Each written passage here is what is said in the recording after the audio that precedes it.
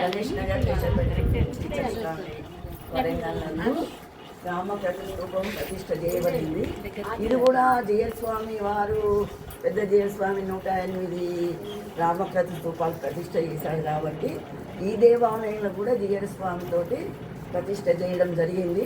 ఇది 9వ వార్షికోత్సవము.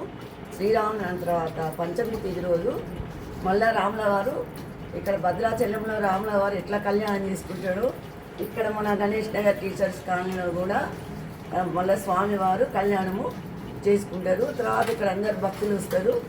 అందరి కోరికలు కూడా స్వామివారు నెరవేరుస్తున్నారు.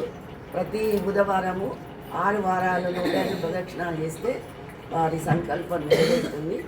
అది అందుకోసం భక్తులందరూ కూడా ఉత్సాహంగా పాల్గొంటున్నారు. జై శ్రీరామ్. జై శ్రీరామ్. జై శ్రీమన్నారాయణ. జై శ్రీరామ్. జై మన ఈ శ్రీ ఆది మహాలక్ష్మి గోదా సమేత వెంకటేశ్వర స్వామి దేవస్థానం నందు ఈ రామస్తూపం నిర్మాణం చేసి దాదాపు 9 సంవత్సరాలు దాటింది.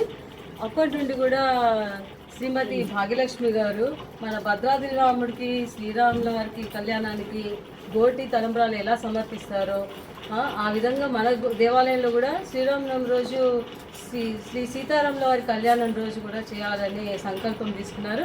దానికి అనుగుణంగా మన మహిళా భక్తులందరూ కూడా ఇక్కడ ప్రతి సంవత్సరం 9 సంవత్సరాల నుండి నిర్విఘ్నంగా ఈ కార్యక్రమాన్ని చేస్తున్నారు.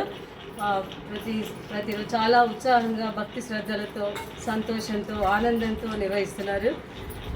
చాలా సంతోషం అనిపిస్తుంది. తర్వాత ఈ సంవత్సరం కూడా ఇదే విధంగా ఇక్కడ ఈ కార్యక్రమాన్ని చేస్తున్నాము. ఈ శ్రీరామనవమి రోజు ఈ తలంబ్రాల్లో మంచి ముత్యాలతో అర్చక స్వాముల వారికి సమర్పిస్తారు.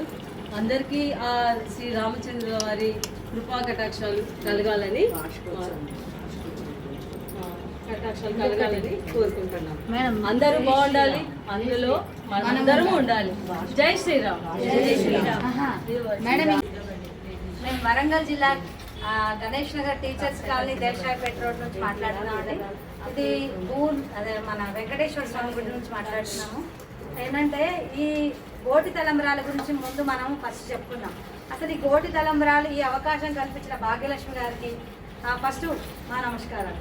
ఏంటంటే ఈ అవకాశం ఏంటంటే ఆవిడ ఒక 9 సంవత్సరాల నుంచి అనుకుంటా, నాకు కూడా అంత పెద్ద ఐడియా లేదు. ఆవిడ ఏం చేశారు, ఈ మహిళలందరినీ అందరికీ చెప్పి వాళ్ళందరినీ కేవలం దేవాలయానికి ఇది ఇంటింటికి అక్షతలు ఇవ్వటం, ఆ ఒడ్డలు ఇవ్వటం అలా కాకుండా కేవలం అందరూ మహిళలందరూ దేవాలయానికి రావాలి, చక్కగా అందరం ఇందులో పార్టిసిపేట్ చేయాలి. ఈ అందరికి కూడా ఈ అవకాశం కావాలని చెప్పి ఆవిడ ఏం చేశారు, అంత శ్రమ ఓడ్చి ఇంత ఎండాకాలం కూడా ఆవిడ మంచిగా చక్కగా వస్తూ అందరినీ కలిపి ఈ దేవాలయానికి వచ్చి రోజు మేము గోడి తలంబ్రాలు తీస్తున్నాం. ఫస్ట్ అసలు ఏంటంటే ఈ గోడి తలంబ్రాలు ఎక్కడి నుంచి మొదలయ్యాయంటే ఉభయ గోదావరి జిల్లాలో, తూర్పు గోదావరి జిల్లాలో అక్కడ కొంతమంది అక్కడ కేవలం పంట సాగు చేస్తూ అక్కడ కొంతమంది ఏమైనా గోడి తలంబ్రాలు తీసి కేవలం పాదయాత్ర చేస్తూ ఎప్పటి నుంచి స్టార్ట్ చేస్తారంటే ఈ గోలి పౌర్ణమి నుంచి వాళ్ళు అక్కడ నుంచి స్టార్ట్ చేసేసి అవి స్వామివారికి ఆ తలంబ్రాలు భద్రాచలం దాకా తీసుకురావడం ఒక ఆనవాయితీ. అలాగే ఇక్కడ ఏమైనా గుంటూరు జిల్లా తెనాలి దగ్గర నుంచి కూడా 800 క్వింటాల సాగు చేస్తున్నారు. అది ఈ మధ్య కాలంలో చాలా మహిళలు అడగడం వలన ప్రతి జిల్లాకి ఈ వడ్లు చేర్చడం జరుగుతుంది. ఆ విధంగానే ఇక్కడికి కూడా మాకు కొన్ని వడ్లు వచ్చాయి. సరే మేమేమంటే అందరం కలిసి చేస్తున్నాము, ఇక్కడ బాగుంది. కాకపోతే మేము మా రాములవారి తలంబ్రాలకు సీతారామ కళ్యాణం రోజు, అలాగే మన రామస్తూపము ఏర్పడిన రోజు కూడా పంచమి తిథి రోజు కూడా మాకేంటంటే ఆ రోజు కళ్యాణం జరుగుతుంది. ఆ రోజు మాకు మళ్ళీ మా వెంకటేశ్వర స్వామి బ్రహ్మోత్సవాలు ఉంటాయి. ఆ రోజు కూడా మేము ఈ గోటితో తీసిన తలంబ్రాలను మళ్ళీ అలాగే మా శివయ్య వార్షికోత్సవం నాడు కూడా ఎప్పుడైతే ప్రతి ఈ 4 సంబంధించిన వాటిని మేము ఏం చేస్తే ఈ గోటితో తీసిన తలంబ్రాలనే మేము చాలా ఆర్భాటంగా మంచిగా ఉన్నతంగా తల మీద పెట్టుకొని గుడి చుట్టూ ప్రదక్షిణం చేసి మహిళలందరం పాల్గొని చక్కగా ఆనందంగా మన ఇంటి కళ్యాణం లాగా అంతకంటే ఎక్కువ రాముల వారి కళ్యాణం చేసుకుంటాం. జై శ్రీరామ్. జై శ్రీరామ్. జై శ్రీరామ్. జై